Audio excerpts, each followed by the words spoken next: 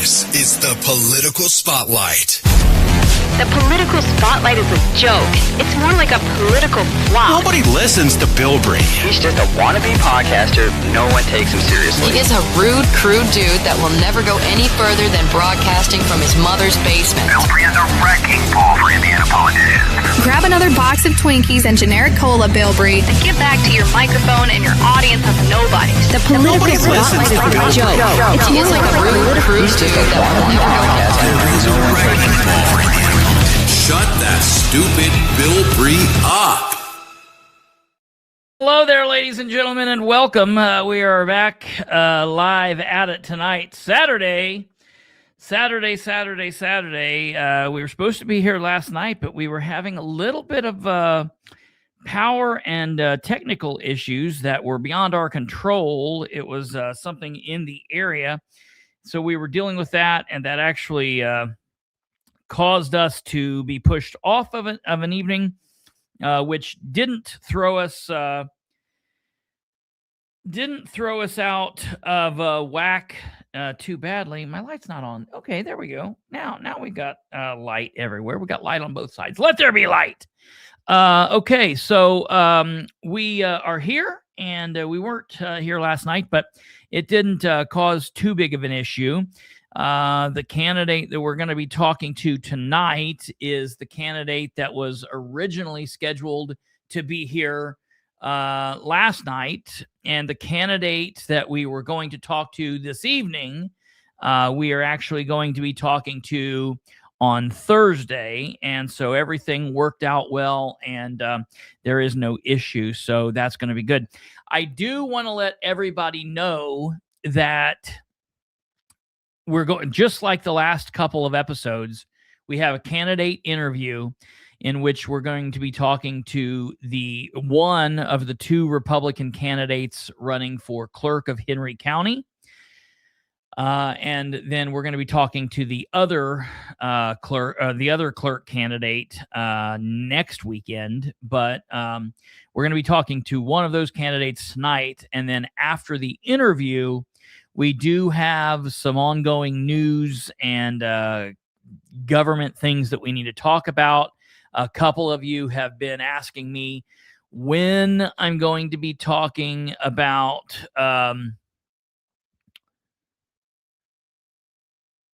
he's asking me, wait a minute, let me ask you. I have to know, is that the Beatles on your old soundboard on the shelf behind your monitor? Right over here, the Beatles. I don't know what it is you're actually talking about. Under the Globe. No, it's I get it. No, it's not the Beatles. It's Jesus, which John Lennon also had an issue with. So I guess that's probably not too bad. It's a Jesus figure, a polar bear, a monkey, a bear, and an angel. So no, it's not the Beatles. I do have some Beatles figurines, but they're not here. So it's Jesus, a polar bear, a monkey, and a bear, and an angel. So I think that's another band altogether. But no, as I was saying, good eye. We've got things all around here. Yeah, it does kind of look like John a little bit. It is what it is. In like 1969 period. After the candidate interview, we will be talking about some of the goings on in Henry County. I've had a lot of people asking me if I'm going to talk about what's going on with Randy Howard, and I'm really trying to avoid that as much as possible, but something is going on, and I feel like we probably should be talking about it because I don't know if he's running a campaign as much as he is just trying to name people on a list that he's going to allegedly sue. So we'll be talking about all of that. But before we get there, ladies and gentlemen, we are going to be talking with Mr. Gilbert B.J. Zapfe. He's a Republican candidate running for Henry County Clerk. 44-year-old lifelong resident of Henry County. He is been in and around the law enforcement, public safety, as a former full-time police officer for the Middletown Police Department, still serving there in a reserve capacity. Works security for schooling. We'll allow him to tell us all of that so I don't get anything wrong. But without further ado, ladies and gentlemen, we are going to bring up Mr. BJ Zapfe, and we'll talk to him and find out why he's running. Hey, hello Chris. there, sir. Yes, you can hear us. We can hear you. It's going good. So, Yes. I'm glad I got the name right. I've been worried about that since we scheduled to have you on, so I'm glad about that. But before we get started, I guess why don't you just tell everybody a little bit about you, kind of your biography, who you are, and why you're here. As Chris said, I'm Gilbert BJ Zapfe. Most people know me by BJ, but I'm seeking the nomination for the clerk because I'm an outsider. I see a lot of changes that could better benefit the community. Like I've been a lifelong resident of Henry County. I graduated from Tri-High. I worked in law enforcement. I've been in law enforcement for the past 3 years. I recently just started my own business, and it's an armed security business. And I signed a contract with a school in Indianapolis. They weren't satisfied with their previous company that they were contracting through. So they decided to contract with me, and I'm currently serving as an SRO in a school in Indianapolis, which I really enjoy doing that because I feel like that if I can make a positive influence for the children and let children know that the cops are always bad, I mean, that's really rewarding in my eyes. So, as far as the clerk's position, I'm not a politician. I mean, I've always followed politics, but I'm personally not a politician. But I also see the lack of accessibility that these government offices have. And I feel like that they lose sight of the people that they actually work for, which is the community. I mean, those offices are made to benefit the community. I mean, that's who they work for. Yeah. I mean, as the taxpayers, the working people. And if I'm elected, the first thing I'm going to do is extend the hours to the clerk's office, because they're open 35 hours a week right now, currently, Monday through Friday, 8 to 4, close an hour for lunch, except for the election side. Okay. And that simply ain't enough. I mean, that's not enough for the working people. I mean, with the way the economy and everything is right now, I mean, if people have to miss work to conduct simple business at the clerk's office, I mean, that's just a bigger burden on them. I mean, because they're losing out on pay. It's unnecessary. I think that's a little bit of good information there to kind of get us started. So I guess one of the first questions in hearing you kind of talking about the direction that your life has been, first and foremost, I like when new people get involved in government. I like when people say, "Hey, I've this is my community. I've lived here, and I see this issue, and I want to get involved and try to make it better." And I don't consider myself. I'm not a lifelong politician. This is not something that I've had this big desire to be on the public dole and working for the government. But wanting to help out and get involved. Let me ask you just first off, you said, you've just recently created this business.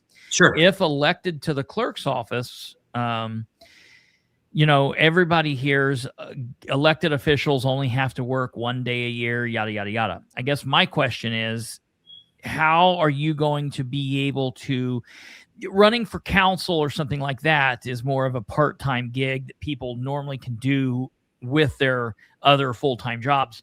How are you going to be able to rectify both careers and serving for the people? Is that something that you've considered? Yeah, absolutely. I've already got 3 people lined up that want that job if I am elected. Okay. And I've already spoken. I mean, I got one solid one that is, I'm going to hire him to take over that position.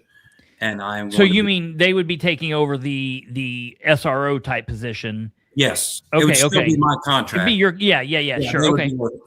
Okay. They would be working for me. Sure. Okay, that makes sense. And so let me ask you, because I feel like a lot of times when people start getting involved in government, people they immediately kind of jump to like what is perceived to be kind of like the more sexy side of the government, like council or the commissioners or things like that. And really, when you're hearing about elected officials at the local level, your offices like assessor and recorder and treasurer and clerk. I mean, clerk is a very important job. It has a very important role. It has its hands in a lot of different facets of local government. And it specifically on the election side deals with a lot of important information, but then also being the clerk of the courts and things like that. What made you decide to gravitate to the clerk's office? Well, Chris, I was looking at, there was a couple of different ones that I was thinking of running for, but the clerk's position, I know 110% I can do. I mean, I can make the citizens proud. There's nothing in that clerk's office that I would be like, oh, well, I got to learn that, or, I'm not 100% sure about that. I mean, I know for a fact that I can fulfill all those duties. I've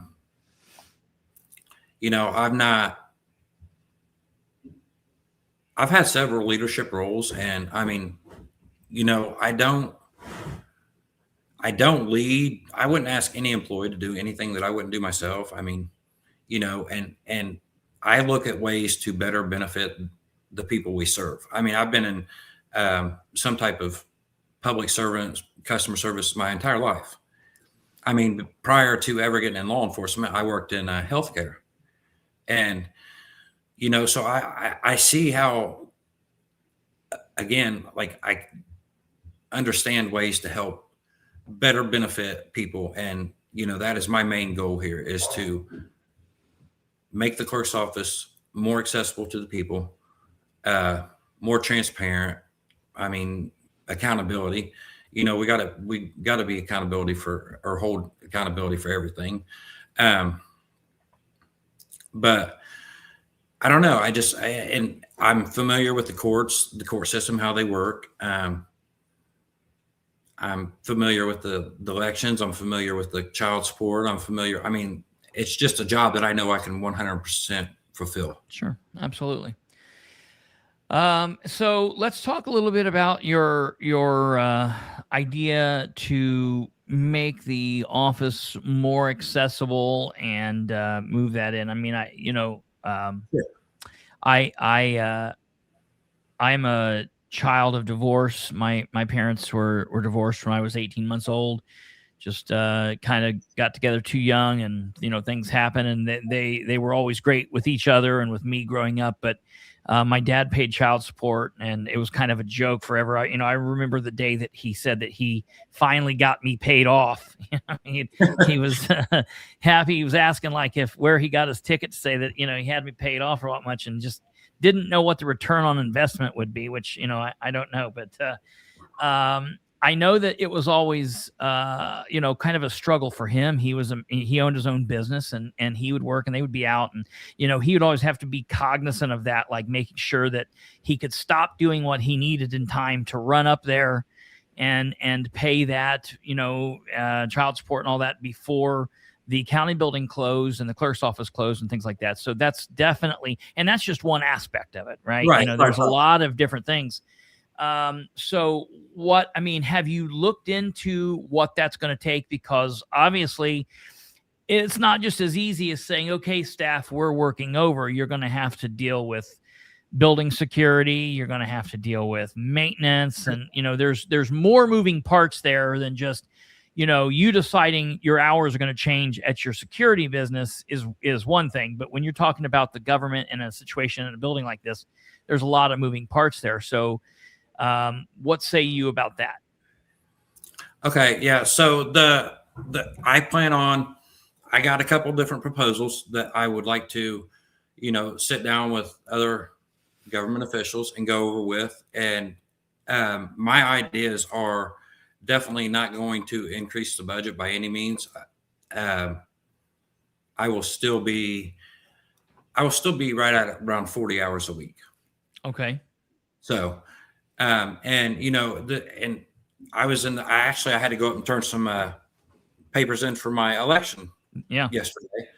And, I was talking to two of the women in there yesterday, and I was telling them, I was like, I'd like to really get everyone that works in the office together for a meet and greet on one of these Saturday mornings so people can hear my ideas. Because, I'm not the type that's going to go in there and I'm going to pound my fist down and say, this is what we're going to do. I would like to have a meeting with the entire staff if I'm elected and sit down and tell them what I want to do. And then we can come up with a plan together as how we're going to get that done. Sure. So, I've already checked. I've ran several different, like I said, proposals.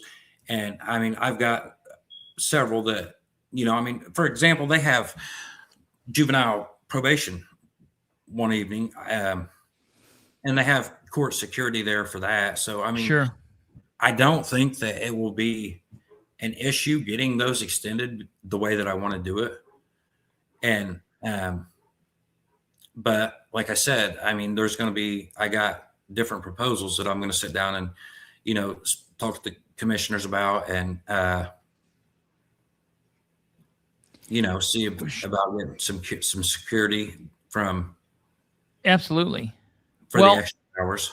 And that's one of the things that, I like that you said that, because to me, that lets me know that you're thinking more about this than just saying, well, we're going to do this and this is how it's going to be as the department head, because saying the commissioners there, because when I had first heard you say this, first of all, like we've got commenters that say creative scheduling sounds like a good idea.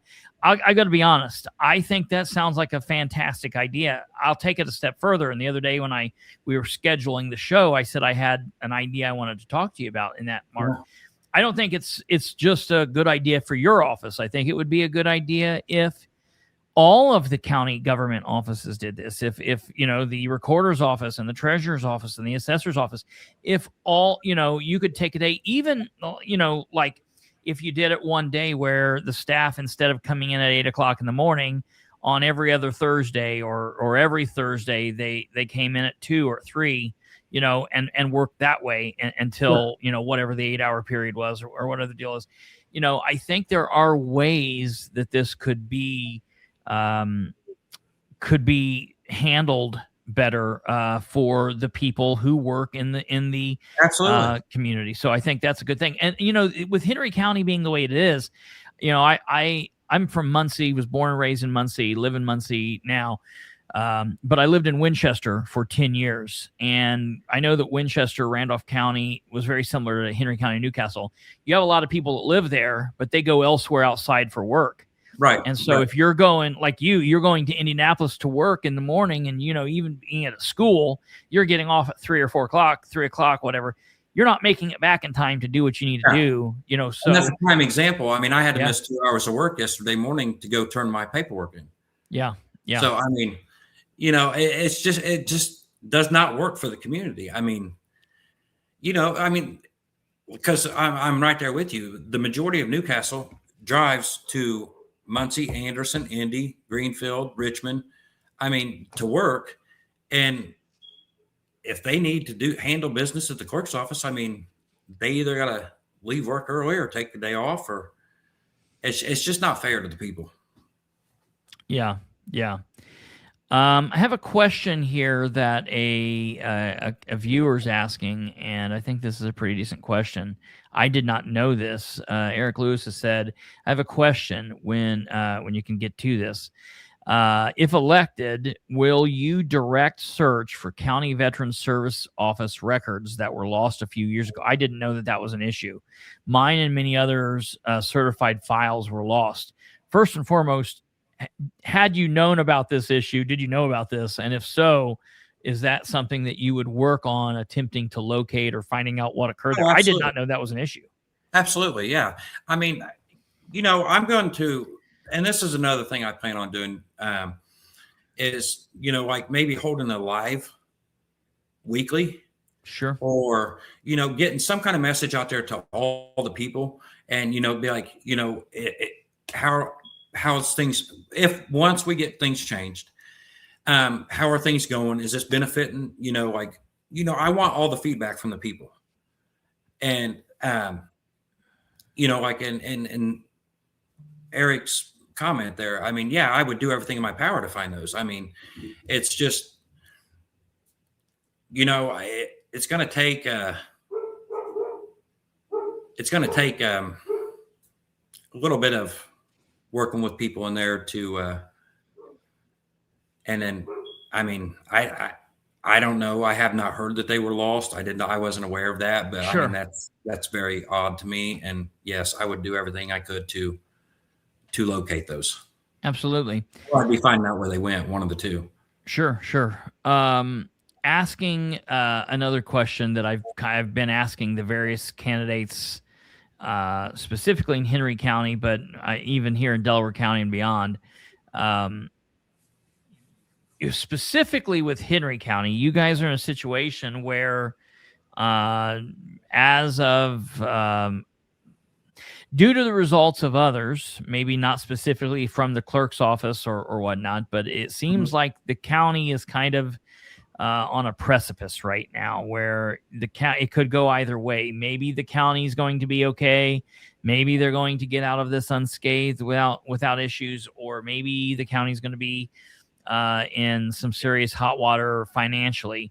And then that's not to mention whatever's going on with Senate Bill 1. Obviously, there's a lot of issues with Senate Bill 1. So it seems like the elected officials, the appointed officials, and the employees of Henry County government, and that would be you if you were win Sure. election, and your employees are going to be asked to do more with less. And so I guess my question is, are you thinking about ways that you can streamline different aspects of the clerk's office, or thinking about ways that you can work within the budget to do more with less? Absolutely. And that's one thing that I look forward to doing if I am elected, is looking at the budget and see where the money's going. And if there is ways to save money, then, I mean, we're going to obviously save that money.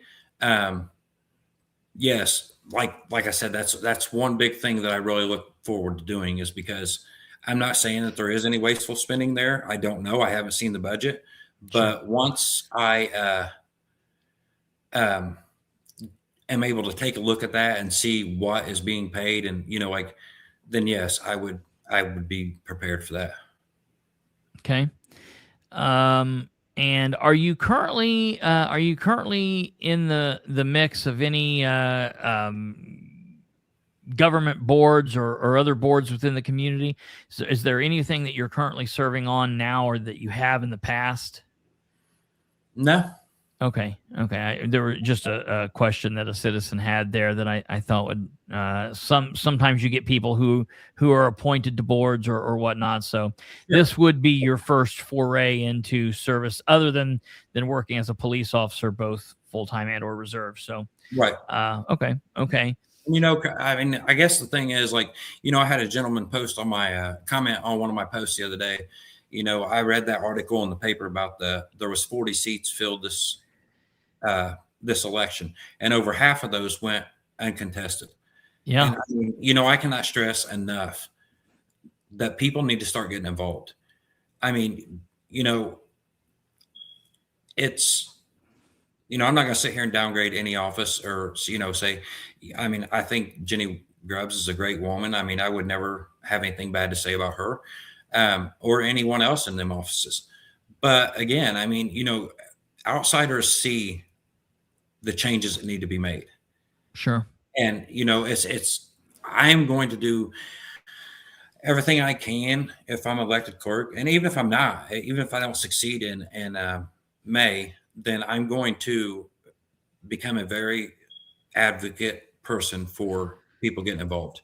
That's something that I cannot stress to people enough, and specifically those people who are running, because there are people who dip their toe into the political side of things, and say, I think I'm going to get involved with this, and they lose an election, and then they just go away, and it's like, no, don't do that. No. You got to stay involved. You got to keep involved, because sometimes it takes an election or two to be able to get the magic together to win. And I think that's very important, making sure people are still involved.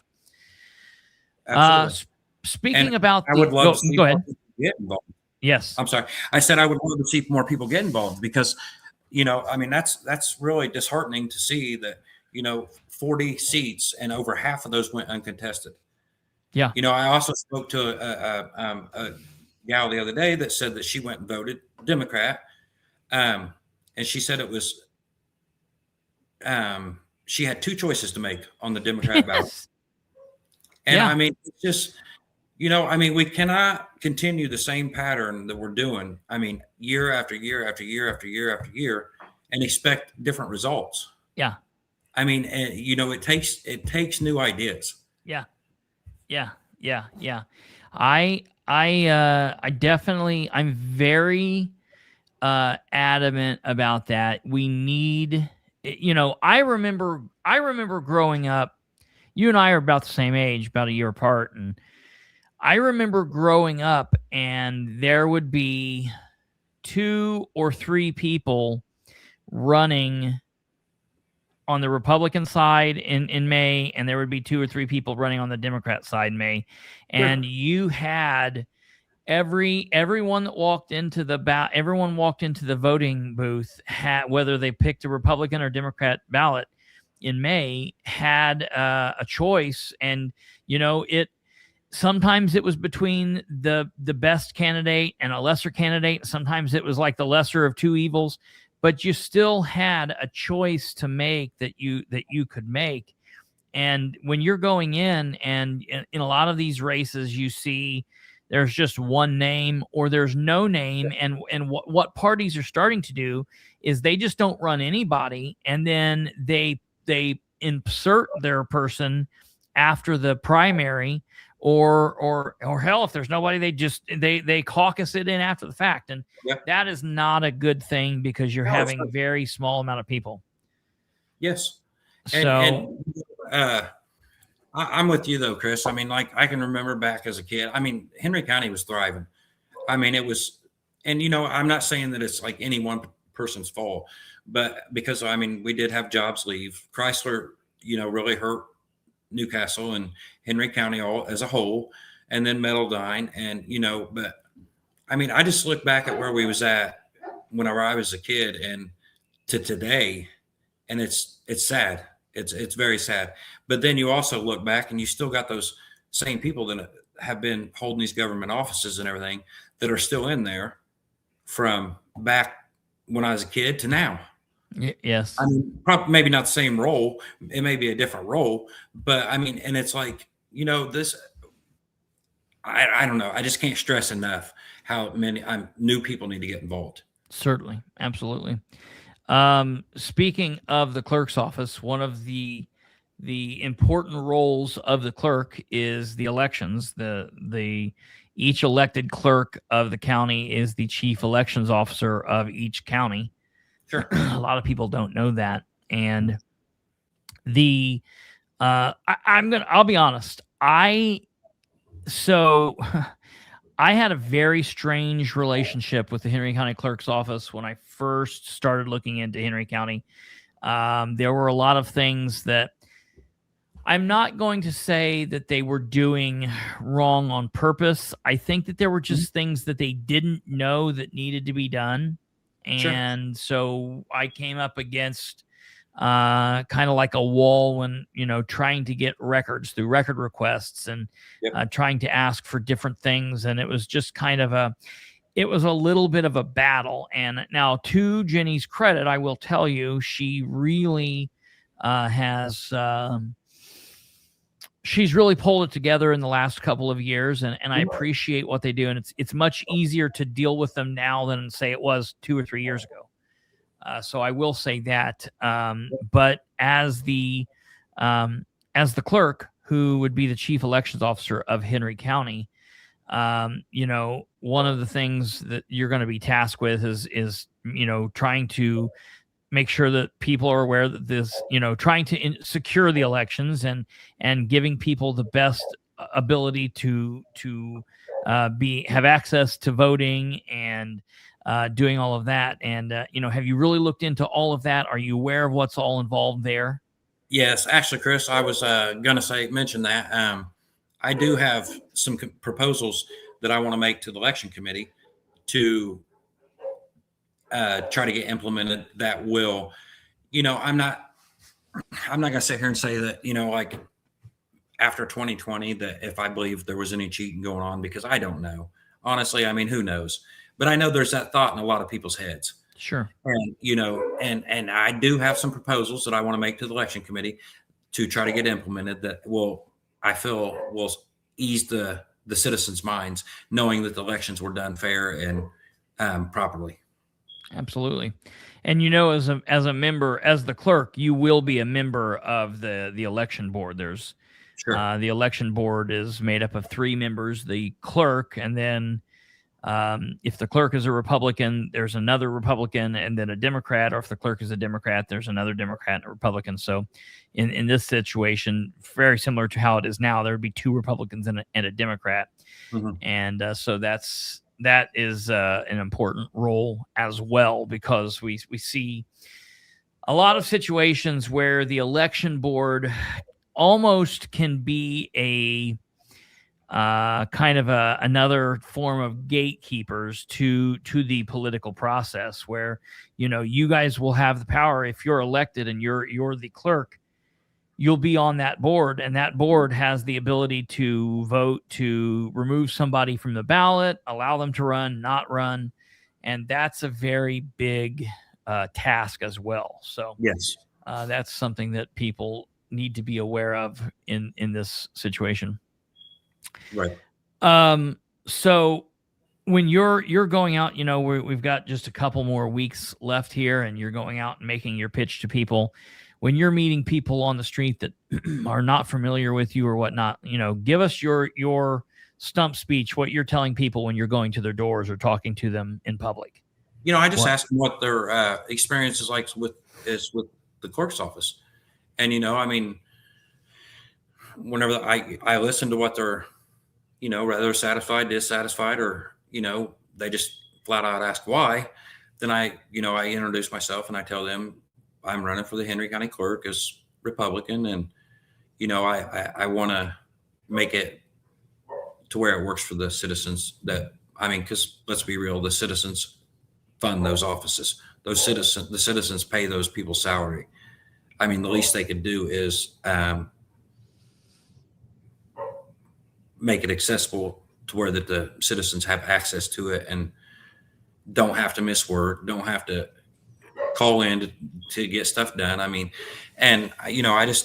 I tell them what I want to do, and that, because I am an outsider. But I'm a firm believer that Henry County needs leaders based off of actions and not years spent in office. Certainly. Absolutely. So let me ask you this, and I think a lot of people think about this when, depending on where their mindset is. So is this something that you're looking to serve as clerk, do your terms as clerk, and then get out? Are you looking to turn this into something where you're going to run for clerk, run its gamut, and then run on to another? What's your thought about that? I don't have any intentions on being a career politician. Like once clerks, if I get elected and my term's up, then, I will look at where we're at. And, if there's hopefully I can do the 2 terms in the clerk's office, but and say that's a scenario, then I will, after my terms are up there, then I will look at the other offices and see, like where change needs to be made. Sure. And I hope that that's not the case. I hope that, like over the next 4 years, if I'm elected, I can get more people involved. More younger people, just anyone. I cannot stress it enough. We got to have change. We got to have new ideas. We got to have new outlooks. It doesn't matter if someone's worked in an office, and that's another thing. A lot of people get intimidated to run against these people because they feel like that they don't stand a chance because they worked in the office, and that don't mean nothing. Years work does not equal entitlement. Sure. It's all off of actions. Absolutely. Yeah.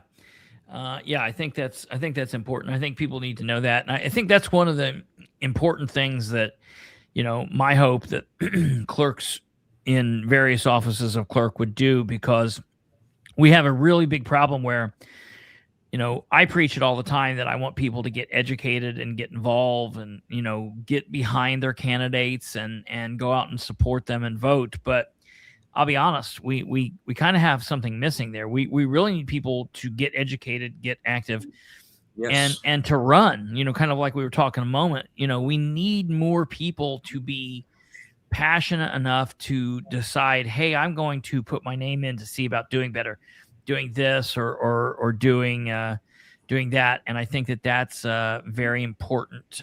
We need people to run so we have choices, so people can get educated about the candidates and support them and vote. Right. And I've heard all the way from, if you've never worked in that office, you shouldn't be able to run for an elected position. I've heard, I've heard it all. But that just fuels me. That just makes me fight even harder, because to me, that's just people are they're complacent, and they just, they're scared to death of change. Sure. Or, they're scared to death they're going to get knocked out of office, or, but if we look at it and, be honest with ourselves, that's kind of selfish, because if that, you try to discourage people from running off of those antics, then, that the county's never going to move forward. Yeah. We're going to be stuck with the same ideas, same patterns. And it benefits no one. Absolutely. Well, I'm glad that you decided to come on with us. I think that's a really big thing. A lot of people are nervous about coming on or talking to candidates, and candidates talking to myself and talking to the voters. And I just think that that's such an important thing. It's not about you changing my mind or my support or not support. I can't vote for you specifically in your case, because I don't live in Henry County, but the chance that you have either to be heard live tonight or somebody watch this next week and decide, okay, I'm going to vote. That's a very important thing. I definitely appreciate you taking the time. I'll give you kind of the last word just to kind of speak, as you're going out here, what do you want the people of Henry County to know about you and your campaign, and what say you about all of that? I can't stress enough, like I said, that we need to get people involved, and that's what I hope to do. I'm not your typical politician. I'm thinking about the citizens and how to better them. It's not about who I'm going to make mad or and within the clerk's office or who gets upset. I'm going to be focused on the citizens that I was elected by to better serve their needs. So, I'm a man of my word. You can ask anyone that knows me. And I think now is more than ever the time for change. And, Absolutely. and I'm not talking just the clerk's office. I'm talking countywide. And, so if there's any questions anyone wants to ask me, I mean, my Facebook, you can hit me up on there. You can, through Messenger, you can do it through my campaign page. You can do it through my personal page, either way. And I mean, I will gladly sit down with anyone and answer any questions you may have. And I would appreciate everyone's support. I think that I would make everyone very happy with what I want to do. And I would appreciate everyone's support on May 5th or before. Sure. Absolutely. Started. So yeah. At 1201 Race Street, Suite 107. So yeah, very good. We have put the link to your Facebook page down below. Like all of the other candidates so far that we've interviewed, he does have a political Facebook page. If you're interested in connecting with him, I'm sure that you can talk more with him there and send him messages. And he's been very responsive with us. So I definitely appreciate that and appreciate your time. Like we've told everybody else, if you're successful through the May primary, we'll have you back in the fall, and you're welcome back anytime, whether it's this or some other issue. If you want to get before the people, you're more than welcome to come on. I appreciate the time, and we wish you good luck. I appreciate it, Chris. Thanks for having me on. No problem. Thank you very much, sir. Have a great day. Thanks.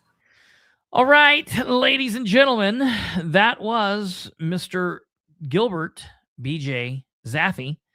You can connect with him on his Facebook page and see if he has any other information for you. If you have any questions, that's where you need to find that information. We will be talking with his opponent 1 week from tonight. That'll be on Saturday, the 24th, 25th, somewhere around in there. Are you sure that's how you pronounce his name? B.J. Zapfe. Yes. When I called him before the show, I said, hey, we need to know how to pronounce that name. And he said, it's Zapfe, like taffy. And so I have to rub a bunch of people's noses in that because I was right. That makes me so happy because I got that right. I don't ever get anybody's names right. I am not hooked on phonics. I don't know how letters go together. I can barely read. You know what I mean? So, yeah, I got that right. And there's definitely some people that are going to be told about that when this show ends. I can't wait. I'm so excited. I'm so glad that you were here, Total Madness, because I almost called you before the show, but I didn't have enough time. So, yeah, I can't wait. Yeah, listen, my hair is, listen to me. I'll be honest. I don't think I'm going to cut my hair again. I just think I'm just going to let it grow and grow and grow. I literally started to go get a haircut today, and I thought, I can't do it. I have so much hair at this point. I don't even want to sit down in the chair. I don't want them to start cutting through it. So you often have time with I'm wrong all the time, and with the stressful month I've had, it's par for the course. Yeah, right, absolutely.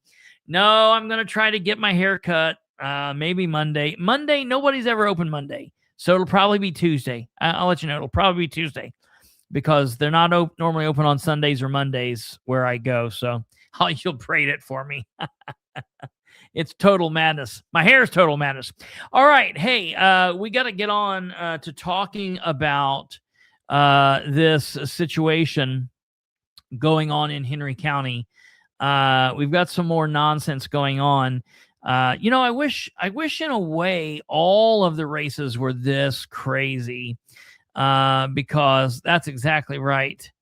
That's exactly right, Kate. But no, I wish all of the races were as active as the Randolph County Sheriff's race because we could really get people involved maybe if it was that case. And I'll be honest, I'm going to say this. We were just talking to BJ about the clerk's office and trying to get more people involved and people running. I have been really angry about Randy Howard running for sheriff. But you know what? I would never in a million years stop him from running. I think it's completely ignorant that he's running for sheriff. He has no experience in this. He's a complete nitwit, and all he's doing is digging himself a deeper hole. But the law says he can run. That's what he should do, and it's up to the voters to make the right choice. I would never begrudge John Sproul's the choice and the ability to run. You know, he should run. And if you people of Henry County, you people, and yes, that's what I mean, you people down there, vote to reelect John Sproul's, or you vote to elect Randy Howard, then you get what you get. And you can throw a fit, I guess, but it's not going to do you a bunch of damn good. So, yeah, we got to talk about Randy Howard. I got to be honest. I made a post the other day, and I got in trouble for it because I used AI, I guess. It's like the damned if you do, damned if you don't type of situation, you know. That's the thing that kills me is I'm going to say it again. I don't know why that's happening. We just froze up. We shouldn't have froze up. Oh, no, we didn't. Maybe I didn't. I don't know. Did I freeze up? No, I'm good. Sorry. Here's the thing. It's crazy because I tell people all the time, as a political commentator, I'm going to say things that piss you off. I'm going to say things that you're not going to agree with. And that's okay. It's okay. It's okay. We don't have to agree all the time. I made a post here recently about Chase Heinhold, we'll talk about here in a moment. And this lady down in Henry County that her and I agree with on almost everything. In the post, I said that I didn't like Susan Hoon. And she commented and she's like, "Oh, Susan's wonderful." And I was like, no, she's not. Susan's nuts. She's done a bunch of stuff. She's not a good elected public servant. And I have lots of reasonings for that. But it's okay that we disagree. It's okay that we have disagreements about this. We can agree on a lot of things and disagree about Susan Hoon, and we're still okay. We're still okay. Okay. And everything's going to be all right just because we might not agree on absolutely everything. Well, so I got in trouble because I made this post about Randy Howard. And like, honestly, I was kind of concerned, about what was going on because I hadn't seen him. He hadn't been around. I hadn't heard his name. He wasn't like suing anybody that I was aware of. And it was just kind of a weird situation. So I went to Monty, my chat GPT assistant, and I had Monty create me up this picture here. I'm going to show you all. Here's my picture of, and listen, it's Chat GPT. I want to fire him all the time. I speak really nasty to him. I have a really hard, serious, nope. Kate just said, "Were you nice to Monty for once?" Nope. I have a really love-hate relationship with that guy. So I was mad at him. I about fired him over this. So this is supposed to be John Sproul's. It's not a good likeness. This is supposed to be, some of the others were better. This is supposed to be Jason Williams. Obviously, we've got Nicholson here. We've got Craig Ring. And then these two guys, good Lord. One of these people, I'm not even sure who's this. This is supposed to be Landon Dean. It looked more like Landon Dean in the first iterations. This is supposed to look like David Bockover or whatever, but they kind of look like they were identical twins. I don't know. Randy Howard's sneaking out the door here. That's the whole point. Okay. That's the whole point, which we've got these sheriff's candidates here all doing their thing. And Randy Howard seems to have disappeared. And the point behind the post was the fact that I hadn't been seeing or hearing anything about Randy. I posted this back on the 14th. I said, so real question, has anybody heard from Randy Tweedledum Howard for Henry County Sheriff campaign in a minute? His campaign strategy of being rude to voters, refusing to answer important questions, not attending candidate forums and/or /events, and refusing to provide a truthful biography has definitely been interesting. But now we have to add his recent disappearing act to that. And it really makes me wonder who, if anyone, is instructing him and/or giving him counsel. But looking at this seriously, Randy Howard, Grandmaster of the PR24, is probably thinking, if I sit back and do or say nothing, when I lose, I'll just say it's because I really didn't put in the effort that I could have, because if I really put in the effort, I definitely would have won. I definitely would have won. And so my issue here is wanting to do everything I can to make sure at the end of the day that Randy knows, number one, thank you for running, but you didn't have a chance in this. I'll be honest. If Randy ran for council, maybe he could have won. Commissioner, not so much. I know it's maybe not in his district. I'm just being more realistic. There's nothing wrong. That's the other thing I think people need to be understanding.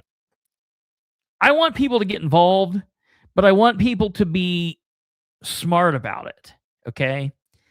That's like somebody who's been working road construction, which is a perfect job, being a construction worker and doing that, and tough job, busting your ass and making sure that we can get where we're going. But nothing on that job and nothing doing that for the last 20, 30 years prepares you to be a prosecutor. You don't have a law degree. You don't understand the ins and the outs and the situation that it takes and the preparation that it takes to go into a court and to argue that every day. So my whole thing is, I would have gave Randy so much less crap if he would have just ran for an office that made sense. Okay? And it's just totally nuts to me. So, I thought he had just disappeared. I was just really, really shocked. I'm assuming that he was looking at his disappearing act as an out, but that will not fly with me.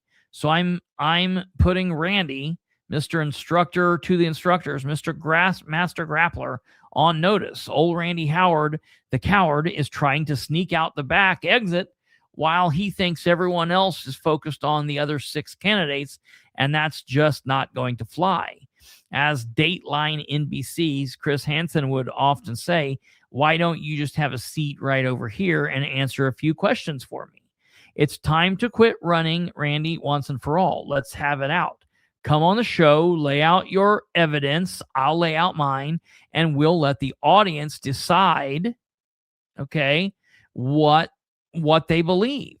And so I guess some people didn't like that. They didn't like that I had to say that. Total Madness says, whatever, you would give him a hard time no matter what. Listen, here's what I'll be honest. If he was running for a council position, I wouldn't particularly give him. I would tell people, I'll be really honest. If he was running for, say, council, I still don't know that he is qualified for that position. I would tell people why, but it wouldn't be this long drawn out thing. The reason that Randy has gotten the hard time that he's gotten is because, number one, he's running for sheriff. Okay. That's just insane. And number two, it's because he is lying. He's lying to people. He's letting people believe that he is more qualified or more experienced in some aspect of this than he really truly is. And I have a major, major, major problem with that. And the other issue I'm having is we're really lagging, I think, and I don't like that. Are you seeing I'm lagging, or is that just me? I don't know. Kate's just kind of, I don't know what she's saying. I am lagging. Okay, so we are lagging. Well, I'm going to have to deal with that eventually. Okay, because I don't like that. Anyways, so all of this, I don't know if Randy Howard heard this or he just decided, hey, wait a minute, I have to do something. So we all wake up the other day. He inflates his experience. He also acts like a spoiled child when anybody asks him about it. Yes. That is very, very, very, very big. So first and foremost, I want to say that I really believe that Randy has gotten a hold of somebody. I don't really know what she is. I don't know if she is a reporter, if she's a commentator. I don't know what exactly she is, if she works in the newsroom and she just does shorts, or what the deal is. But I think he's gotten a hold of somebody that has heard a little bit about this Jeanette Cruz, and now she's running with it, and she's giving him space that other people wouldn't be doing. I think that's what's going on here. And I've tried to get in contact with her to let her know, hey, there's more going on here than what you're aware of. You might want to be careful with this, because I'll be honest. I think Randy is making her look bad, because what they're now reporting, I'll be honest, I don't think that there's any truth to this. I think that there is I think that there's some serious issues with what's being reported, and that is that's this. Give me a second here. I'm looking. What is this? Okay. Sorry. I'm looking here. Okay. I thought maybe she had responded, but she didn't. So we wake up on Thursday the 16th, to a story published out of 93.1 WIBC. And the story reads as follows: Sign police or interference. Henry County tort claim.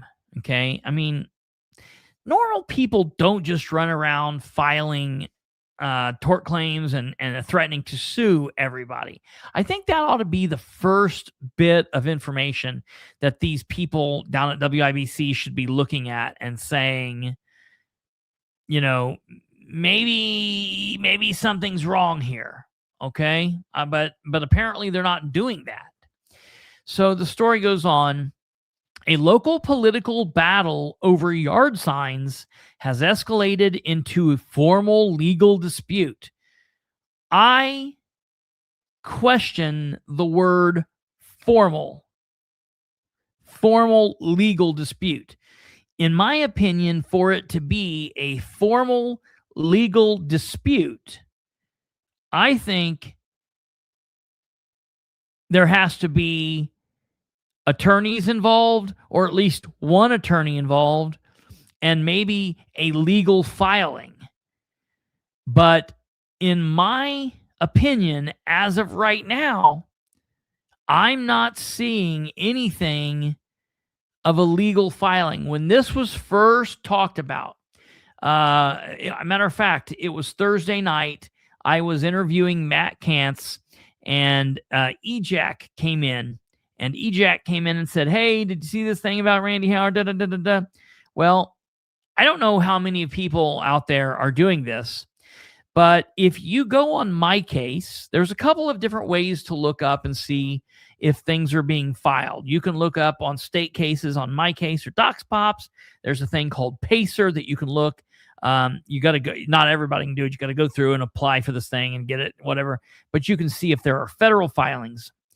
And the last two alleged tort claims that Randy has allegedly filed, being the one against the Henry County Sheriff's Department against John Sproles for that video that he did about Randy.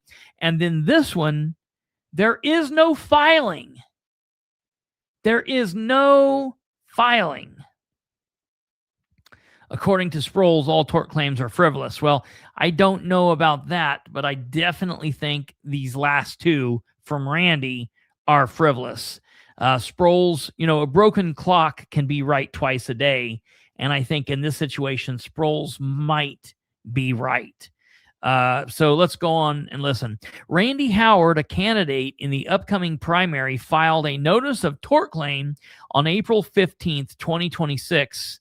And I take issue with her saying filed, because I've not found any filing of this, a tort claim claiming the Henry County Election Board engaged in campaign and election interference. The claim centers on selective enforcement efforts that Howard says forced him to waste critical campaign time and money to comply with local sign ordinances that were legally unenforceable under Indiana state law. The catalyst, a city councilman's complaint. The dispute began on March 18th, 2026, when Aaron Dicken, a Democrat member of the Newcastle City Council, filed a formal complaint with the voter registration office. Dicken's complaint specifically targeted Howard's campaign signs, which measured 4 by 4 or 16 square feet and 8 by 4 or 32 square feet. In his letter, Dicken argued that the city ordinance limits campaign signs to just 6 square feet and questioned Howard's fitness for office, stating, "If our candidates cannot follow the rules, what should we expect should they be elected, especially if they are running for a position that is for law enforcement? The enforcement comply or face fines."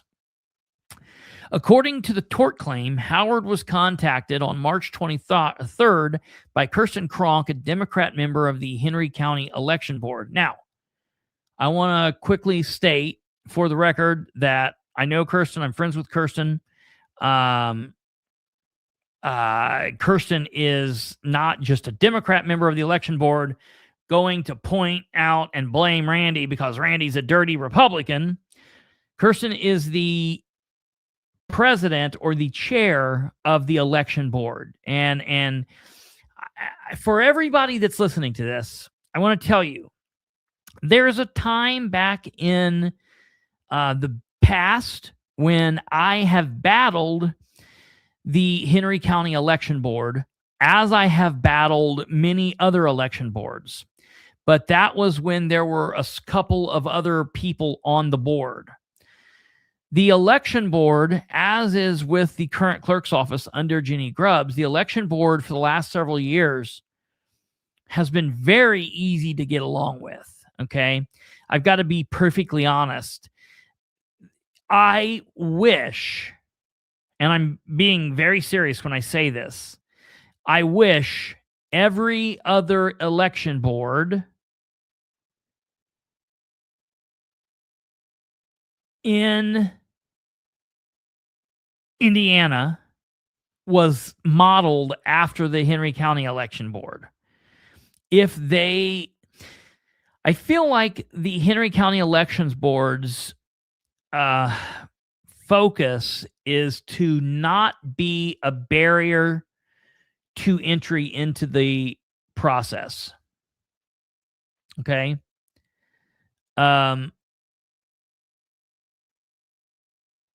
So I think that, number one,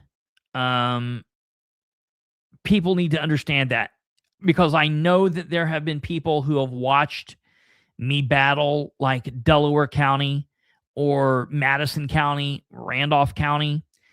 Henry County isn't like that as much.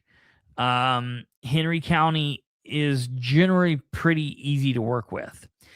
But currently, the election board is made up of the clerk, a Republican, another Republican, and a Democrat. And it just goes to show you how easily they all work together, and that it's not really a political thing. You have two Republicans that appointed the Democrat to be the chair. That generally doesn't happen. Normally, they'll keep appointing one of themselves to be. So Kirsten reached out to Randy in this situation, not because it's the Democrat, going after a Republican, but because she's the chair of the board. So that's just what makes sense. Okay, let's move on here. Howard says he was told that his signs were non-compliant and that he would be subject to a formal hearing and potential fines for every violation if they weren't resized. Okay. I personally would like to see this. I would like to see how he was told this or whatnot, because I question if the board was nasty to him or if they were just simply presenting, this is the complaint, this is what actions are taken, here's what's going on, how can we remedy this? I feel like that's how they approach most issues. And I kind of feel like what happened here is, if he heard about the complaint, he quickly took action, and then all of this came out. I will be honest. I think he overshot his hand here. If I would have been Randy Howard and I was contacted, I would have said, okay, I'll see you at the election hearing. And I would not have taken any action until there would have been a hearing. I wouldn't have went out and started cutting my signs up. That's for damn sure. Okay. So Randy has himself to blame for that action. Okay. But that's how Randy does. That's another reason why I think Randy shouldn't be the sheriff, because Randy gets in his head and then Randy just acts. He doesn't take time to think about it. He just does. Okay. Let's move on. Howard spent 2 days, March 24th and March 25th. So that's funny. She contacted him on the 23rd and he started taking action just the very next 2 days, modifying and reinstalling 26 political signs throughout the city of Newcastle to meet the 6 square foot requirements. Legal conflict state law versus local ordinance. Okay. The core of Howard's legal claim rests on Indiana Code 36-1-311. After modifying his signs, Howard sought clarification from the Indiana Election Division. Why would he not have done that first? Anytime the election board tells me something, look at Kate. Why would he have not done that first? Anytime I've ever heard something from the election board of any county, the very next stop, before I do anything, before I make a Facebook post, before I take action, is I contact the Indiana election board. Period, point blank. That's it. So Randy gets a call from the evil Democrat. He takes action, and then he calls. That's nuts. After modifying his signs, Howard sought clarification. Why? Why would you have sought clarification after you cut your signs up? It's already done at that point. Hey, I cut off. I'm going to cut my hair off tonight. Then I'm going to go into the barber. Most people would, no. That's bullshit. That's bullshit. If you're running for office,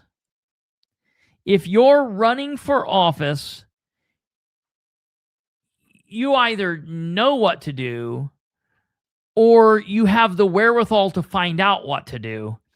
If you're running for office like sheriff, if you're somebody who says, hey, I'm running for office and I got contacted and told something and I don't know what to do, you shouldn't be doing what you're doing.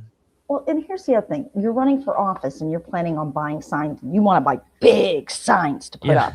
Uh-huh. First thing I'm going to do is look at Indiana code to find out how big can I make them. So I've already looked up the code.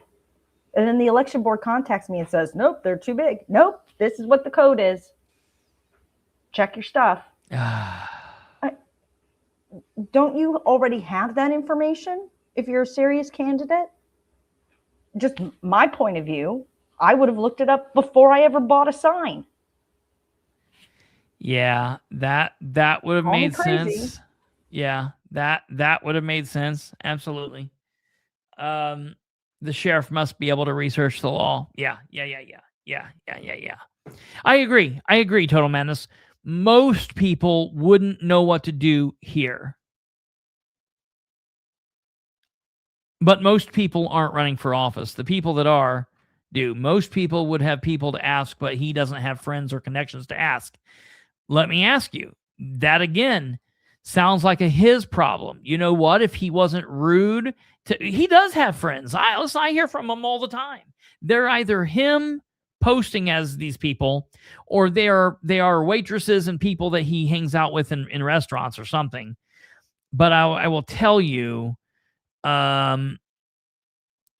maybe that's his fault. You know what I mean? Yeah. Okay, moving on here. So he seeks clarification from the Indiana Election Division, where Co-General Counsel Valerie Warchall confirmed a critical protection for candidates. She gets this information she gets a phone call from Randy, and then she resigns the same day. Like, listen, you can't say there's not maybe some bit of coincidence there. I think maybe so. I think that's kind of funny. He gets a phone call from Valerie Warchall, and then she resigns. She gets a phone call from Valerie Warchall gets a phone call from Randy, and then she resigns. Like, I get it. So basically, he didn't check first, change his signs, and well, yeah, Mary, absolutely. Okay, so it goes on. Valerie told him there's a 60-day rule. Within 60 days of an election, Indiana state law trumps local sign ordinances, size allowances. During this period, local governments cannot enforce size restrictions on signs that are 32 square feet or smaller. Authority Howard argues that the local election board has no legal power to act as the sign police or enforce municipal zoning ordinances. Okay, first and foremost about this, I want to say, I have a lot of different thoughts about this. First off, if I want to put a yard sign in my yard that is outside of ordinance, let anybody come tell me. I think that becomes a First Amendment issue, and I'll fight anybody on that, okay? Whatever, okay? I'm just saying, I'll take that fight on. That being said, I think this whole thing's weird. About face, on April 1st, Councilman Dicken posts an apology on his political Facebook page. I will be honest, if I was Aaron Dicken, I would not have done this. This is where the problem starts. And I'm not mad at Aaron. Aaron did the right thing by apologizing because he's a good human. But this is the problem. Like, I'm not mad at Aaron. Aaron is a decent human being. And Aaron's trying to do the right thing. But I just would have just let it be. So Aaron, and listen, I come out and say when I'm wrong all the time. I'm just saying if I was Aaron, I wouldn't have done this. Councilman Dicken posted an apology on his political Facebook page, admitting that after consulting with legal counsel, the city's own Unified Development Ordinance actually points back to the Indiana Code, allowing signs up to 32 square feet. Dicken apologized for the confusion and apparent distress, but for Howard, the damage was already done. Well, because of course it was. Howard's argument, a targeted attack, because of course it is.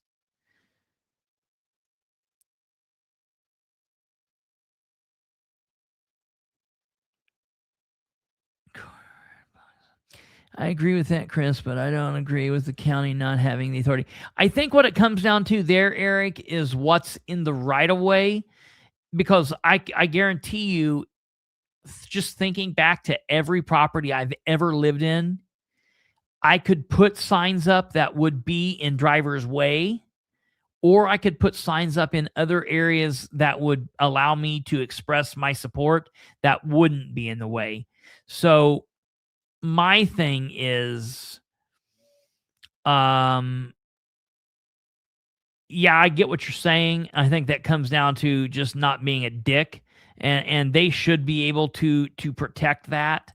But I think there's other areas like, okay, I'll take it out of the right of way, but I'm going to put it back here. And now there's nothing you can do. But I think the county in some cases would still say. Now, that being said, I don't think that's the election board, but I've got another thought about that here. The other thing is, the problem with this is most candidates are out putting their signs in strategic areas so the most people can see them. Randy's not really doing that. Randy is putting his signs where a couple of his slumlord friends have houses, which happens to be just all over the place, and it's really making a clutter. And I don't believe that Dicken, I don't know this. I'm not putting words in Dicken's mouth, okay? I'm going to say Dicken is a city councilor. If citizens were coming to him and making complaints about the obnoxiousness of Randy's signs, Dicken has the responsibility as a public servant to act. So he's also a citizen, and it's not like he went, so when anybody says, well, why didn't he target Sproul's signs or this? Well, first of all, most of Randy's signs have been put up in the city limits. Aaron's is a city councilor. Okay. If he would have gotten a complaint on Sproul's sign, I'm sure he would have done that. Or if Sproul's signs were making a clutter everywhere and people weren't being able to park and kids weren't being able to walk down the road, I'm sure he would have made a complaint. Okay. Just putting it there to you. All right. Moving on. In the synopsis of his claim, Howard pulls no punches, labeling the incident a coordinated effort to hinder his campaign. His primary grievances include selective enforcement. Howard claims other candidates had large signs, yet he was the only one targeted. Loss of campaign time. He argues that the 2 days spent on manual labor at the board's direction was valuable campaign time lost. in the final stretches of the election. What are we talking about? They just told us the dates. Kirsten called him on the 23rd of March, and he took the 24th and the 25th to cut these signs. That means he still had all of April and the first 4 or 5 days of May. This wasn't in the final stretches of the campaign. Randy, dude, are you not aware that for the majority of us, we live in reality, and when you just say things, like, we are able to see them through the lens of what's real? Okay? I can say that back during the 24th and 25th, I was able to fly and I was also invisible, but that's a fairy tale, bro. Everybody knows I'm talking bullshit. Everyone also knows that March 24th and March 25th was not the final stretches of the election. What I'm wanting Mr. Howard to tell me is, so do you mean to tell me if Kirsten Kronk wouldn't have called you and you wouldn't have went out and cut up your ridiculous signs on the 24th and 25th, that you would have won this election? This is what cost you the race? Pigs don't fly yet. Okay. Financial damage. Cost related to the destruction and modification of his original signage. Yep. I'm sure. The tort claim includes a spoliation notice demanding that the Henry County Election Board, voter registration, and Councilman Dickin preserves all text, emails, and phone records related to the complaint. Howard is being represented by attorney Jeff Bate. I also highly dispute that, because, ladies and gentlemen, here in just a moment, I'm going to show you the actual tort notice. And just like the tort notice that he filed, that he allegedly filed against Sproles, it appears as though Randy typed it up, and Randy included the name of this attorney on there. I contacted the attorney's office on Thursday, and this attorney's office was not aware of what I was talking about in the least. Okay. I called there. They took my name and number. They asked several times what I was talking about. The lady seemed very confused. I just don't know that this is right. And I hate this for this Jonetta Cruz, because I have been attempting to try to help her not continue to look goofy by making these reports for Randy Howard, but she just continues looking goofy.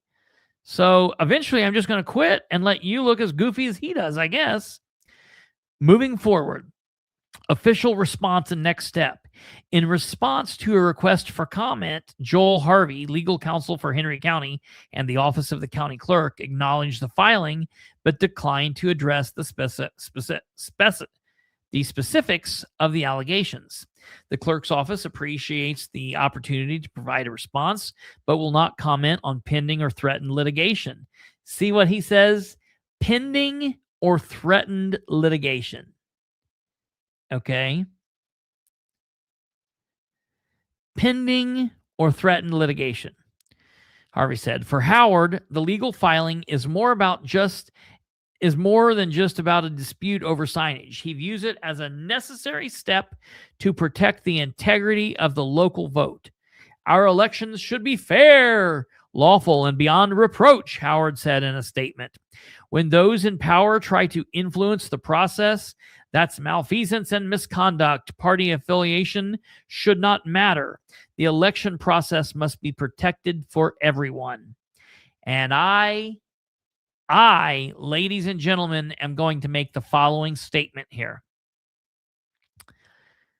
This is absolute horse shit, because Howard is trying to make it look like this, God-fearing, good, conservative Republican boy is being hassled and threatened and harassed by the big Democratic Party.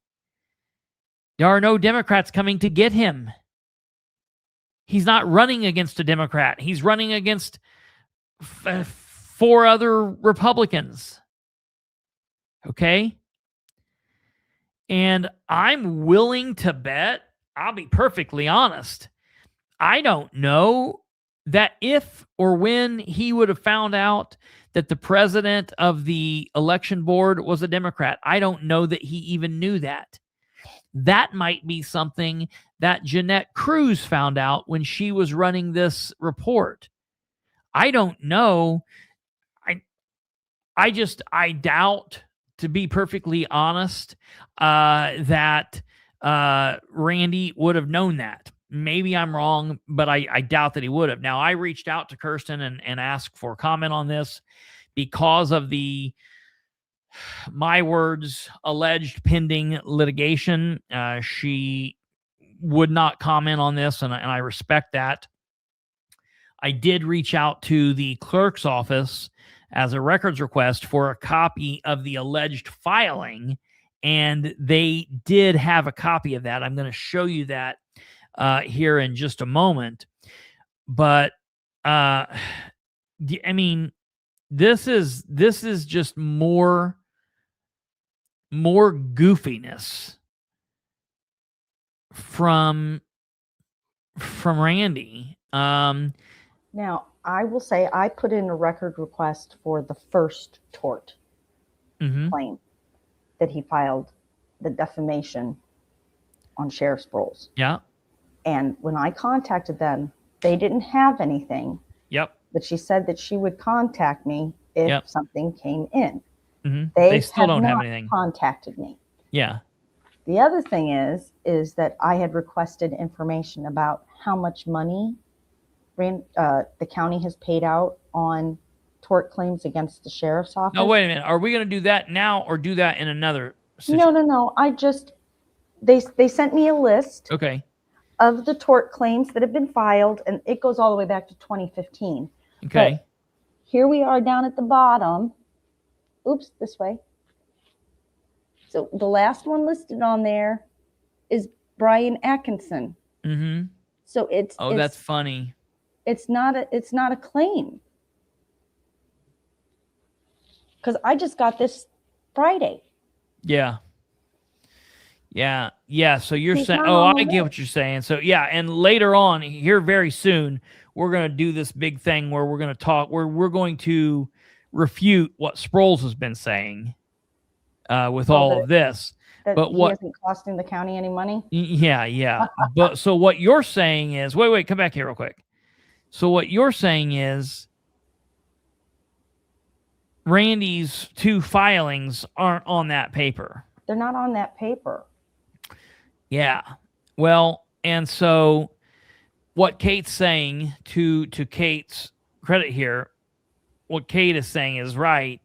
She reached out to the clerk's office and asked about.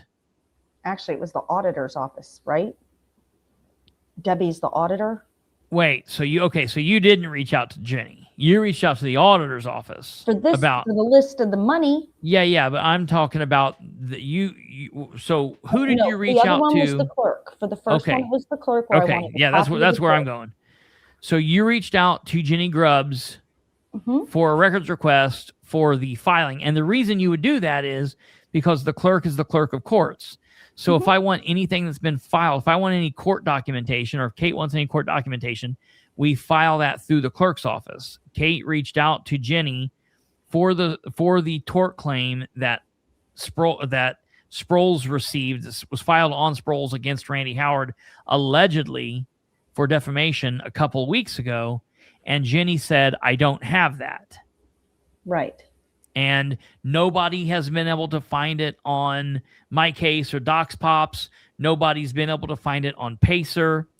And I reached out to the sheriff's department, and lo and behold, I was able to get a copy of that from Josh Smith because Randy emailed it directly to Sproles. So it wasn't served to him. It wasn't a notice that he got from the court. Randy just typed up a document. You guys all looked at it, and he sent it to Sproles. The sheriff's department even sent me the email back saying file stamped. Nothing was filed. They even sent me back the filing saying this was allegedly sent. This was allegedly filed. All we know is it's been sent to us, and that's all. So the clerk's office still does not have that. Now, the reason the clerk's office had this is because Jenny is on the election board, and so that's the reason she had a copy of this. And lo and behold, there is no notice of this in Pacer. There's no notice of this in DocsPops, and there's no notice of this in My Case. And I think that it's because Jenny only had a copy because she's on the election board. Yes. And had a copy that way, not because anything was filed. Because in it was the office. sent to Randy to her because her email's listed on this. That's the reason he had this. So fucking weird. Yeah, it was not. She did not have this because it was filed in her office. She had this because it was sent to her because she was on this board. So yeah, very, very, very strange. Now I'm getting ready to show this to you here. Give me 1 second. And what's taking me a minute is I'm marking out private emails. Give me a second here. Because there are some private emails on here. And Randy's private address. Now, anybody could get this. Anyone can get this if you request it. I just don't generally do that because I just don't do that. So I'm going to send this to you, Kate. Can you put this up in the overlays? Give me 1 second.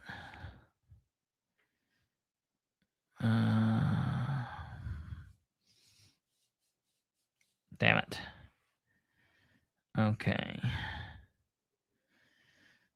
And then 2, 3, 4, 5. Okay. I sent you page 1, and then I'm sending you the other pages here. Okay, I just sent that to you.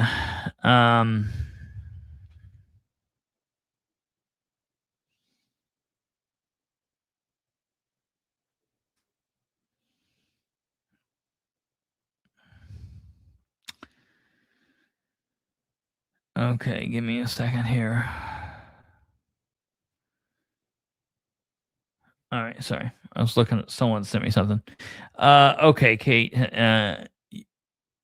Okay, you put that up. So, all right, here is, ladies and gentlemen, that tort notice. If I can find out where the hell I put it. There's page 1.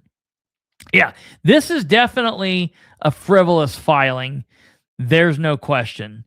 So it says April 15th, name of petitioner, Randy Howard. Name of claimants, Butch Baker, Henry County Election Board, Republican member. Okay, so he did know this. He must have called up there, found this out, whatever. Democrat member, clerk, secretary, Butch, Kirsten, Jenny.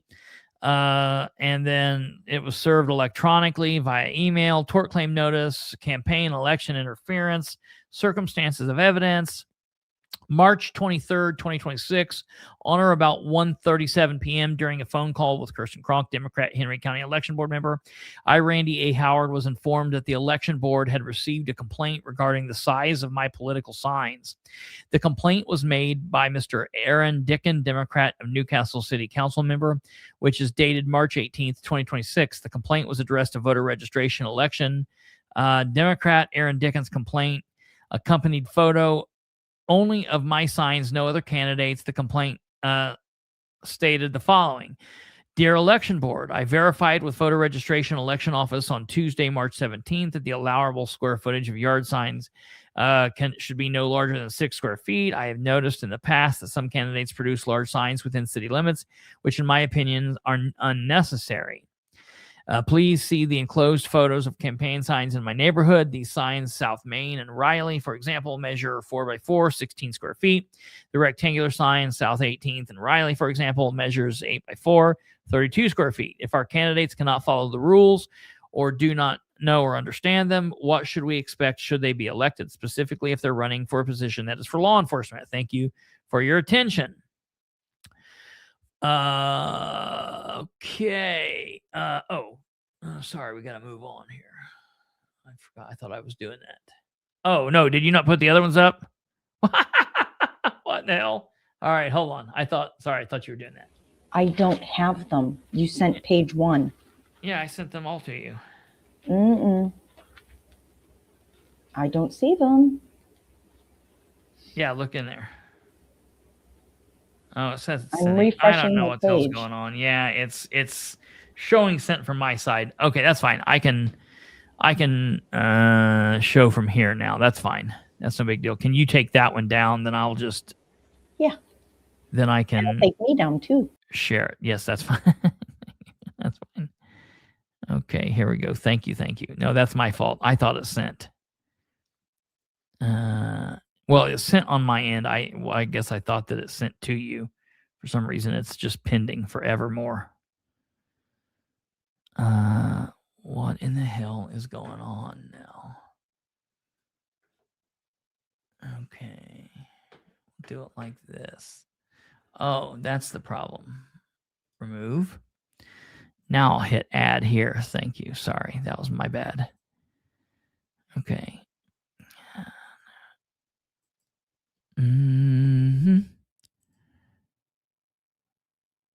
Okay. Here's the rest of it. Furthermore, during the phone conversation with Democrat Election Board member Kirsten Kronk, I was informed per Newcastle City Ordinance my political signs was not in compliance with signs requirements, which must not exceed 6 square feet.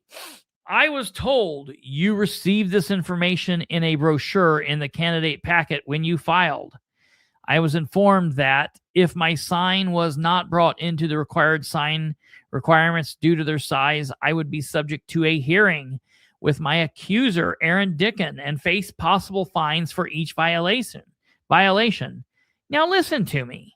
I need to understand this. So, first of all, when you file, you are given this information. Most people don't read it, but that's ignorant. If I'm going to run for office and someone hands me something, you better, by God, believe I'm going to read every single word of every page, maybe 2 and 3 times over before I do anything. I'm not going to just act. That is insane. But if I go ahead. I can't imagine the election board saying, you have to do this right now. We had a complaint filed. Yeah. They're not going to do that. They don't have the authority to do that until they do a hearing. Sure. But furthermore, he is not even alleging that here. He's alleging, I was told you received the information in a brochure in the candidate packet when you filed. I think he probably was told that. I was informed that if my signs was not brought into the required sign requirements due to their size, All right, listen. If my signs were not brought into the required sign requirements due to their size, I would be subject to a hearing. Yeah, sure. It's after the hearing. He could go in and give his reasoning, and they could say, well, you know what? That sounds okay to us, and let him be. All he's being told of here is you could have a hearing with your accuser and face possible fines for each violation. He's not being threatened here. I don't even see anywhere in there where he's saying that. He goes on, I agree.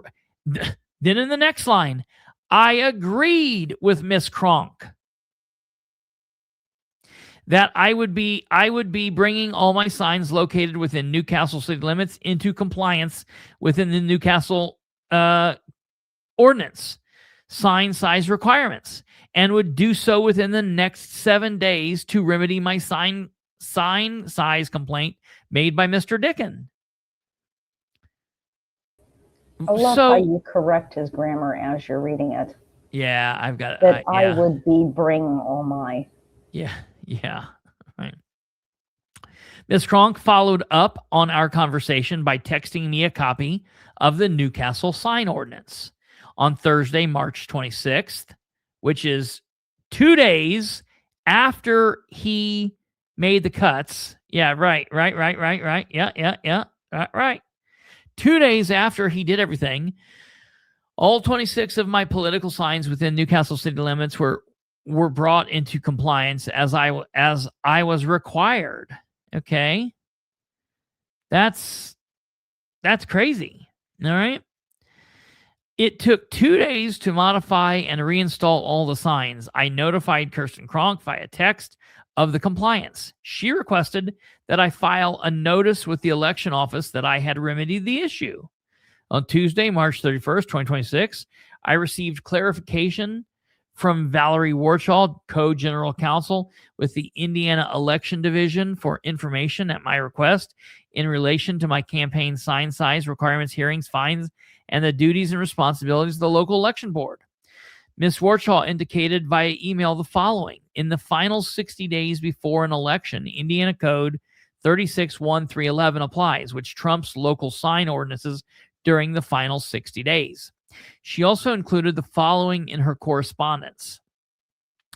And, she put all this code, blah, blah, blah in here. Best of luck, everyone, in the campaign season. Okay, synopsis. Election interference is real, and it happened to me. Political signs matter. No, they do not. No, they don't. They do not matter. And let me tell Mr. Howard something. Just because you've got a buddy out there who's a slumlord and owns 16 properties around Newcastle or whatever, and you put those out, that does not mean any of those people give a shit about your campaign, bro. Signs don't matter. They don't vote. It doesn't mean a damn thing. I was ordered by the election board to change.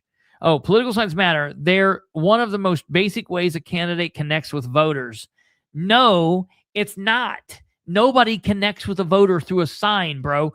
Talking to people is how candidates connect with voters. You are so backwards in the brain. All right? Nuts. But instead of focusing on meeting voters, but instead of blocking voters on social media, I was forced to deal with something else entirely. I was ordered by the election board to change my campaign signs under a local ordinance. You was ordered? You know what I would do? If I, first of all, this isn't going anywhere because Randy didn't file this. He doesn't have an attorney representing him, to my knowledge. And this isn't going to be anything. But let's just pretend for a moment that we're in Randy's fairy tale world. If I were the attorney for the election board, I would have Randy up on stage and I would say, can you read this line right here? And he would say, I was ordered by the election board. And I would say, okay, stop, Mr. Howard. Then I would take him back up here to this line. And I would say, can you read that second paragraph? And he would say, I was told you received the information in a brochure in the candidate packet when you filed. I was informed that if my signs were not brought into required sign requirements due to size, I would be subject to a hearing with my accuser, Aaron Dicken, and face possible fines for each sign. I agreed with Miss Kronk. Okay, stop, Mr. Howard. So can you tell me at what point you were ordered? Can you tell me when you were ordered to do anything? This dude is in a fantasy land. Okay? I was ordered by the election board to change my campaign signs under local ordinance they have no legal authority to enforce. I was told to comply or face hearings and fines. A complaint filed by Democrat Aaron Dicken forced me to spend time and money making it. No. A complaint did not file you. That's like saying, well, they filed charges of murder against me and they wanted the death penalty, so I was killed. Just because you're innocent until proven guilty. Just because a complaint is filed, you still get due process, Mr. Howard, however bizarre you might be. Nobody forced you to do shit. If is filed, yes, you face a hearing and possible fines. Yeah. That is the due process here. Yeah, right. Yeah. This just pisses me off, honestly, really. Okay. A complaint filed by Democrat Aaron Dicken forced me to spend time, blah, blah, blah. Democrat board member. And you see what he's doing here? And this is really, really sick. Okay. And he's making this a Democrat-Republican thing when this is the farthest thing from this. Acted without legal standing to impose these requirements. Here's what matters most. I lost valuable campaign time dealing with this instead of speaking with voters. That lost time could impact the outcome of this election. Other candidates had larger signs, yet I was the only one targeted with a formal complaint. This isn't about size. This is about fairness. When officials use their positions to push questionable enforcement against one candidate, me, and only that candidate, me, it raises serious concerns about interference with the election process. Henry County voters and candidates deserve fair election. Every candidate deserves the equal treatment under the law. Okay? And this is totally insane. This is really, really nuts to me. Okay? Spoliation notice. And then I want you to notice this. Okay. Respectfully, Randy A. Howard. So he is the person that typed this up. And then he CC'd his attorney, who, when I contacted them, the law office was confused. They didn't have or know anything going on. Sproles does have some big signs too. I don't know how many of his billboard road hazards were out when this complaint was filed, though. But here's the thing. It doesn't matter how many of his signs were out. If his signs, first of all, are out in the county, then it doesn't fall under the same thing as the city. So that's the first thing. But second of all, and most importantly, maybe his signs weren't in the direct area that Dicken was. Maybe Dicken didn't happen to see those signs. Maybe the other citizens that came to Dicken and complained, maybe they didn't see Sproles signs. You know, that's like saying, hey, Mr. Cop, you can't arrest me for drug dealing because everybody else is drug dealing. Hey, Mr. Cop, I know I raped a lady, but there's other people out in the world raping. You can't arrest me because other people are raping. You can't arrest me because other people killed people. That's nuts, okay? That's absolutely nuts. I wonder if somebody who isn't an attorney gave him legal advice because the verbiage used. Here's what I think's happening. I think I know who's giving Randy advice. I'm about 99% sure. I'm about 99% sure that I know who's giving Randy advice. I cannot say it yet because I don't want to out this person if that's in fact not the truth. So I'm going to double check.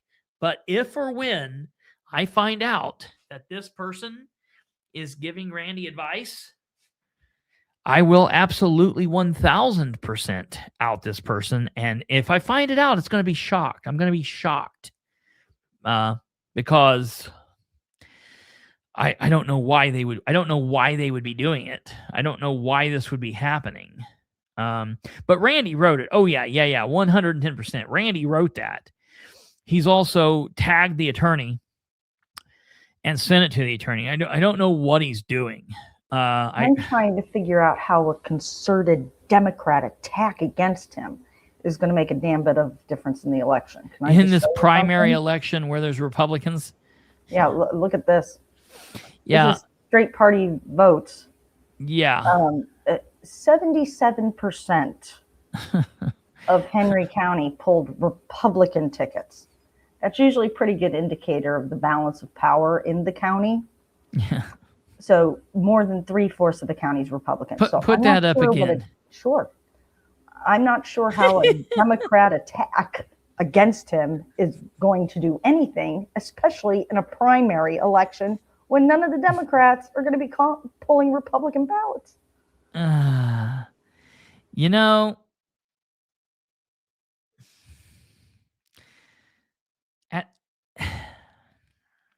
here's the thing. Randy gave Randy the legal advice. That's true because he used to teach the legendary PR 24 in high school gyms to men all over the country. They would go to gyms and hotels. It was very fun. Anyway, like I could leave this alone. I could just not say anything about this. But there are still idiots out there.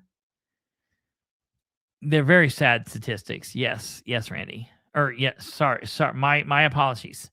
Yes, Stumblefoot. Not yes, Randy. Yes, Stumblefoot.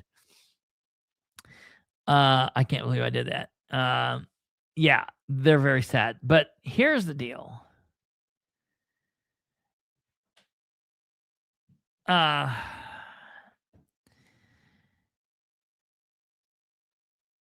There are still people out there that are thinking like, yeah, Randy should win. Randy's a good guy. Don't you dare. Randy's a good guy. Randy should be sheriff. Anybody can be sheriff. Anyone can be sheriff. You know what I mean?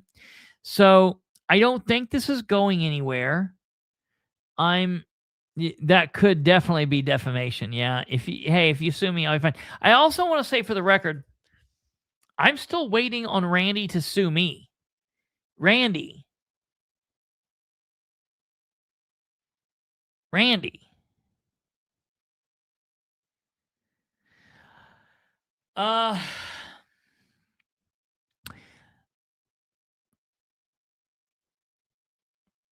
Okay.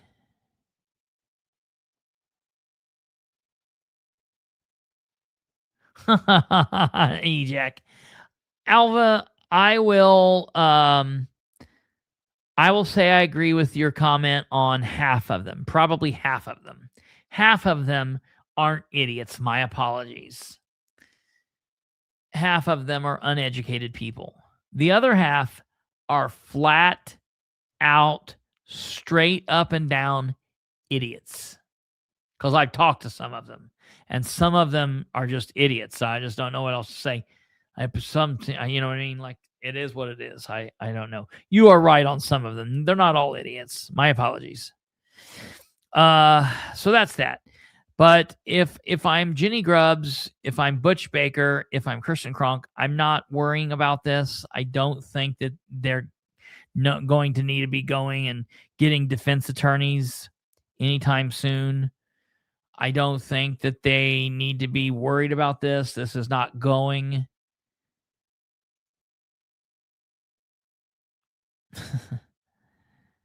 This is not going to go anywhere. Well, that's nice that you're trying to be nice. Now, I don't know that necessarily gets you to heaven, but I'm all aboard for the heaven train if that's where you want to do. Hopefully, I will see you there. Not anytime soon, but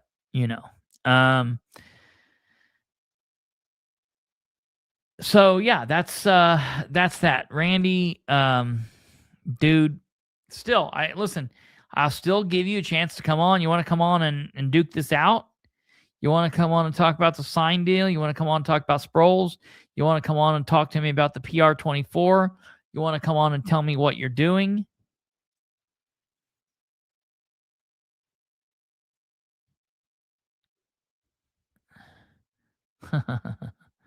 That's very good possible. That's very possible. Kate. Yes, voter turnout for the primary. Remember the polls, don't vote for Sproles. Voter turnout for the primary is terrible. Yeah.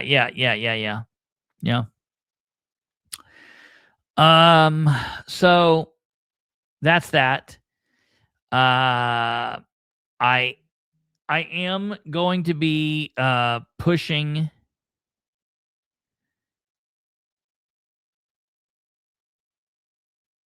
all right, I like it. That's what's good. Yeah, I agree. I'm putting it out tonight. I have it already ready. I had it ready. I was going to put it out the other day, and I had it in the share in the schedule box. Because did you know Facebook allows private accounts the ability to do that? I've been wanting Facebook to do that for years, and they finally opened it up to where you can schedule posts in advance. So that is such a big help to me. I love it. So I'm going to put that out tonight. We will be live tomorrow, and we'll have another candidate interview. I don't know who it is. I imagine it'll be amazing. It'll be great fun. Whoop-de-doo. If, as you can tell, I'm winding down on the candidate interviews. I hate them every year. They're big and important. People need to hear it, but I just hate them. There's so much going on, and it's like it takes up so much of the show. And half the people are telling me the truth. Half of them are lying. Half of them just want to get elected. All candidates suck. All politicians suck. Everybody, you know what I mean? Politicians are people. All right, ladies and gentlemen, that's going to do it for our show tonight. I don't want the election board of Henry County to worry. I actually wish that the election boards around Delaware County, Randolph County, Madison County, all these places would follow after the election board. I want to tell you guys something as we're going out here tonight. This is very important for people to understand. Okay, I want people to understand this. Probably the big thing going on here with this deal with Randy Howard and the election board is the fact that there's a state law that says, yes, yard signs, blah, blah, blah. And then if you're a small town, you can have your own ordinance that dictates sign ordinances. However, during the 60-day window around an election, that doesn't work. And I just want people to be aware of this. The reason that is, think about this. The legislatures are protecting themselves. They wrote a law that's beneficial to themselves because they are also involved with yard signs because they're running for office too. So they don't want to have to know what the different ordinances are, especially when you're dealing with people who are in districts. And, you might have districts that are somewhere into Muncie, some into Winchester, some into Newcastle, and you don't want to have to deal with all these different ordinances. So you say, guess what? During this 60-day window, it doesn't matter. And then voila, there's not an issue. And that's just what happens when you have legislators writing the laws that benefit themselves and screw over the town. So I will say I am in favor of local control, even though I don't like that people are trying to dictate who can put what, how, when, where, why in their yard. Local control matters to me. So I need people to really understand that as well. Okay. And yes, I will tell you, Mary, I'm not going to do it for anybody else, but Micah did want to come on. I'll have you everybody on all you guys on, or just maybe you two. I don't know who else is involved, but we'll definitely have you two on, or whoever else is there. I'll ask him as well. But yeah, we will have you on and talk about that. We'll have Mike on, talk about that. So we'll let you guys come on and say your piece, and it'll be fun. So nobody can tell me how big my words are. I got big words in my yard. Hey, and remember, folks, I haven't said this in a long time. I'm running for something in this election. I don't really know what it is. I don't know what district I'm in. If you go to your voting area and you look in the delegate section as a Republican and you see Kristopher Bilbrey, vote for me. I would like to go down there and be part of that process. Voting for me would be a really good way to piss off Tim Overton and the rest of the Republicans. That would be hilarious. So consider that. And Amanda Ballinger says, just not Sproles, please. Get out and vote, no matter who you vote for. Let's just get him out. I absolutely agree. I would say make sure we vote in such a way that Sproles and Randy can hold each other's hands as they're walking out of sight, and we don't have to deal with any of that madness anymore. Remember, they're two sides of the same broken, defective coin. So keep that in mind. All right, ladies and gentlemen, we will see you back here tomorrow night at 9 p.m., episode 643. Yes, how romantic. It'll be great. You guys have a good rest of your night, a good rest of the Saturday. Have a great Sunday and go to church. And then we'll see you back here tomorrow night. You guys take care. God bless. Good night and goodbye.